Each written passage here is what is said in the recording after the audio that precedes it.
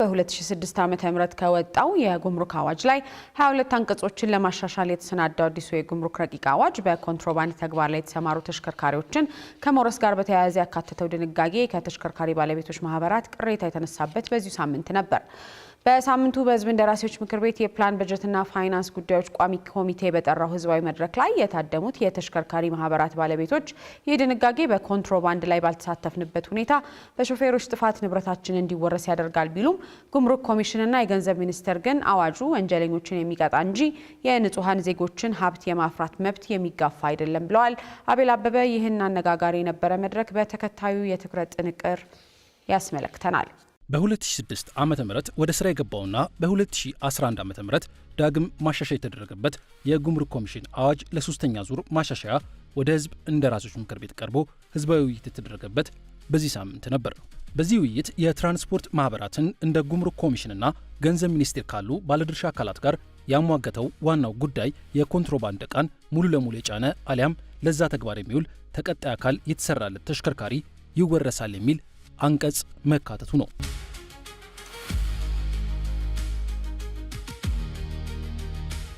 ይወረሳል ሲባል እውነት ለመናገር እኔ ህግ ሆኖ ከጸደቀ የመጀመሪያ ንብረት ሽጬ ሞታ አንዱ ነኝ። ኮንትሮባንድ የጫነ ተሽከርካሪ በሙሉ ይወረስ እንደተባለ አይነት ተደርጎ ነው ጥያቄ የሚነሳው። እንዲህ የሚል ድንጋጌ የለም። የተለያዩ ህገወጥ ነገሮችን በጣም ከረቀቀ ፍተሻ አልፈው በኤርፖርቶች ይያዛሉና ስለዚህ አየር መንገዱ ይወረስ ሊባል ነው በዚህ አይነት ማለት ነው። እንደዚህ ገዝፎ የተገለጸበት አግባብ ተገቢ ነው የሚል እምነት የለን። ስንከራከር አሁን ኮንትሮባንድ ለመስራት የተዘጋጀ አይነት የሚመስል ክርክር አለ። ይህ አላሰራ በማለቱ ለሶስተኛ ጊዜ እንዲሻሻል ወደ ምክር ቤቱ ቀርቧል የተባለ አዋጅ 22 አንቀጾችን ለማሻሻል የተሰናዳ ቢሆንም ሙግቱ ግን በርትቶ የተስተዋለው ተሽከርካሪዎችን መውረስ ላይ ነበር። በህዝባዊ መድረኩ ላይ ተገኝተው ይህ አንቀጽ እንዲሻሻል የጠየቁት የትራንስፖርት ማህበራት አዋጁ እንዲሆነው ከጸደቀ የትራንስፖርት ፍሰት ይቀንሳል፣ ስራ አጥነት ይበራከታል፣ የእኛም ንብረት ያለ ጥፋታችን ይወረሳል ሲሉ ነው እንዲሻሻል ጥያቄ ያቀረቡት። የተለያየ ነው ተሳታፊው። ስለዚህ እያንዳንዱ ተሳታፊ ዳግም ይሄን ነገር እንዳይተባበር ሊያደርግ የሚችል ተመጣጣኝ የሆነ እርምጃ ሊወሰድ ይገባል እንጂ አጓጓዡ አገልግሎት እንዲሰጥ ቤተሰቡ ለማስተዳደር የላከው ንብረት ይወረሳል ሲባል እውነት ለመናገር እኔ ህግ ሆኖ ከጸደቀ የመጀመሪያ ንብረት ሽጬ ሞታ አንዱ ነኝ። ባለብረቱ ወንጀሉን ካወቀ እና ተሳታፊ ከሆነ መወረስ አለበት የሚል እምነት አለ። በዚህ ጉዳይ ላይ የሚሰማራ ባለቤት ካለ የሀገርን ቅድም በገለጽኩት የሚጎዳ ስለሆነ ማለት ነው። ካልነበረ ግን መወረስ አይገባውም። ይህን በግልጽ ማስቀመጥ አለበት። የትልቁን የዚህ ሪጂናል ኢንቴግሬሽኑን በዋናነት ፓዮነር አርጋ ትሰራለች ተብሎ ስለሚታሰብ እዛ ላይ ተነሳሽነትን ሊያዳፍን ስለሚችል በጥብቅ ይሄ አዋጅ ውርስ የሚለው አዋጅ በጥብቅ ቢያዝና ቢታይ እላለሁ። የትራንስፖርት ማህበራት ተወካዮቹ እንዲህ ባለ የስጋት መጠን ጥያቄያቸውን ቢያቀርቡም የአዋጁን ረቂቅ ያቀረበው ገንዘብ ሚኒስቴርም ሆነ የአዋጁ ባለቤት የሆነው ጉምሩክ ኮሚሽን ይህንን ስጋት የአዋጁን ይዘት ካለመረዳት የመነጨ ነው ብለውታል። ኮንትሮባንድ የጫነ ተሽከርካሪ በሙሉ ይወረስ እንደተባለ አይነት ተደርጎ ነው ጥያቄ የሚነሳው። እንዲህ የሚል ድንጋጌ የለም። የተቀመጠው ሁለት ኮንዲሽኖች ነው ለመወረስ የሚያበቁት። የመጀመሪያው ቀደም የተባለው ሻግ የተገጠመለት ከሆነ ኢትስ ኦብቪየስ ኮንትሮባንድ ለመደበቅ የተሰራ መኪና ነው። ባለቤቱ ይሄንን የማያውቅ ከሆነ ይሄን ቁጥጥር የማያደርግ ከሆነ የሱ ችግር። ሁለተኛው ሙሉ በሙሉ የምትል ስቴትመንት አስቀምጠን ነበር። በኋላ ግን ሙሉ በሙሉ ስንት ነው የሚል አከራካሪ ነገር መጣ። ሙሉ በሙሉ ስንት ሲጭን ነው ሙሉ በሙሉ ይባለው? ስለዚህ ለገንዘብ ሚኒስቴር ተው ነው። ህገ መንግስቱ አንቀጽ 44 ላይ የተቀመጠውን ሀብት የማፍራት ንብረት የማፍራት መብት ለማሳጣት አይደለም ጉዳዩ መገናኘት ያለበት። ይሄ ድንጋጌ እየመጣ ያለ ከኮንትሮባንድ ወንጀል ጋር ተሳታፊ ከሆነው አካል ጋር ብቻ ነው። ምናልባትም ከ1% የማይበልጠው ላይ ሊያርፍ ይችላል።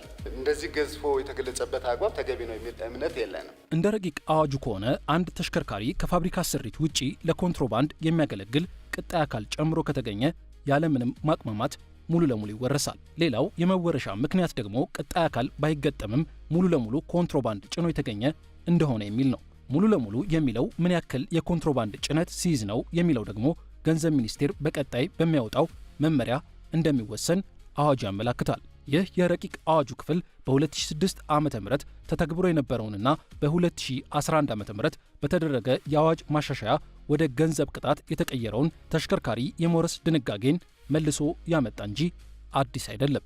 ረቂቅ አዋጁ በቀደመው አዋጅ ላይ የነበረውን ተሽከርካሪን የመውረስ ድንጋጌ የመለሰው ደግሞ የ100 ሺህ ብሩ የገንዘብ ቅጣት ለኮንትሮባንዲስቶች ቀላል ሆኖ ህገወጥ ድርጊቱ ከመጠን በላይ እንዲስፋፋ በማድረጉ እንደሆነ ነው የተነገረው። ይሄ እኮ የነበረ ህግ ነው። ከ2006 እስከ 2011 ሰርተንበታል። ይሄ የተባለው ኢንቨስትመንት ዲስከሬጅ ያደርጋል፣ ንብረት ሸጠን እንወጣለን እና የሚለው ነገር አላጋጠመም፣ ተሞክሯል። የነበረው ችግር ምንድን ነው? ያኔ አሁን እንዳለው የሚወረስበት ምክንያት በግልጽ ስላልተቀመጠ፣ በተለይ ይሄ ሙሉ በሙሉ የሚለው አንድ ሻንጣም ይዞ የተገኘ መንገደኛም ዕቃ የጫነ በሚሆንበት ጊዜ ተሽከርካሪውን ወደ መውረስ እየተሄደ ስላስቸገረ ያንን ችግር ለመፍታት በአስተዳደራዊ ቅጣት እንፍታው ተባለ። አስተዳደራዊ ቅጣቱ ደግሞ ችግሩን አልፈታም፣ የበለጠ እንደውም አባባሰው። ስለ አዋጁ እንዲህ ያለ ማብራሪያ ቢሰጥም የተሽከርካሪ ማህበራቱ ሌላ ከዚሁ ጉዳይ ጋር በተያያዘ ያላቸውን ተያያዥ ቅሬታም አክለው አንስተው ነበር። ይህኛው ቅሬታቸው ደግሞ ከብቁ ባለሙያ ቁጥር ማነስ ጋር በተያያዘ ባልተደራጀ የቅጥር ውል የምንቀጥራቸው አሽከርካሪዎች በኮንትሮባንድ ውስጥ ተሳትፈው ተገኝተዋል በሚል በብዙ ልፋት ያፈራነው ንብረት ባልተሳተፍንበት ወንጀል ሊወረስ አይገባም የሚል ነበር። ተሽከርካሪ ቢወረስ ሌላ ያልተወረሰ ተሽከርካሪ አሽከርካሪው ይዝና ሌላ ኮንትሮባንድ ይቀጥላል። ስለዚህ መሆን ያለበት ቶታሊ እንደ ይርጋለም ተሽከርካሪ ይወረስ የሚለው አደጋውን የሚቀንስ ኮንትሮባንድ የሚያጠፋ እስካልሆነ ድረስ እኔ ቶታሊ ለቃላቱ ይቅርታ ይደረግልኝ 100% እቃወመዋለሁ። አሽከርካሪው ባለ ተሽከርካሪ ከሆነ 100% ተጠያቂ መሆን አለበት። ኮንትሮባንድ የመንግስት ኃላፊነት ወይም የተወሰነ የስራ ክፍል ኃላፊነት ብቻ አይደለም፣ እንደውም በዋናነት ያጓጓዡ ኃላፊነት ነው። ምክንያቱም የሚጭነውን እቃ ማወቅ፣ የሚያጓጉዘውን ሰነድ ማየት፣ እንደገና ደግሞ በኃላፊነት ወደ ታለመበት ቦታ ማድረስ የአጓጓዡ ኃላፊነት እንደሆነ ጥብቅ እምነት አለን። ሾፌሩ አንድ 40 ፊት ኮንቴነር ወይም በሌላ አግባብ የሚጓጓዝን የኮንትሮባንድ እቃ እሱ ገዝቶ አከማችቶ እያጓጓዘ ነው። ያው እኛ በጥናት የምናረጋግጠው የምናውቀው ለሚያሳልፍበት ከደሞዝ ባሻገር ይከፈለዋል። የወንጀሉ ጠንሳሽና ፈጻሚ ሾፌር ነው፣ አጓጓዥ ነው። ሊቀጣም የሚገባ እሱ ነው እንጂ ሌላው መንካት የለበትም የሚለው አመለካከት ትክክል ነው ብለን አናምን። በአንድ ጊዜ 20 እና 30 መኪና እኮ ቅድም በተገለጸው አግባብ እኮ በሚታኮስ ኃይል በተደራጀ ኃይል የሚፈጸም ተግባር ነውና ይህን በዚያ ልክ ማየት ነው። የተሽከርካሪው ባለቤት እኔ አላቅም ነበር ወይም በዚህ ኢንቮልቭመንት አልነበረኝም እኔ የሚለውን የማስረዳት ኃላፊነት ወደሱ ሄዷል። ስለዚህ የተሽከርካሪ ባለቤቶች ይህን ለማስረዳት መዘጋጀት፣ ማስረጃቸውን ማቅረብ፣ ይህንንም ማስረድተው ተቀባይነት ካላገኙ እስከ ጠቅላይ ፍርድ ቤት ሰበር ሰሚ ችሎት ድረስ አቤቱታ የማቅረብ መብት አላቸው።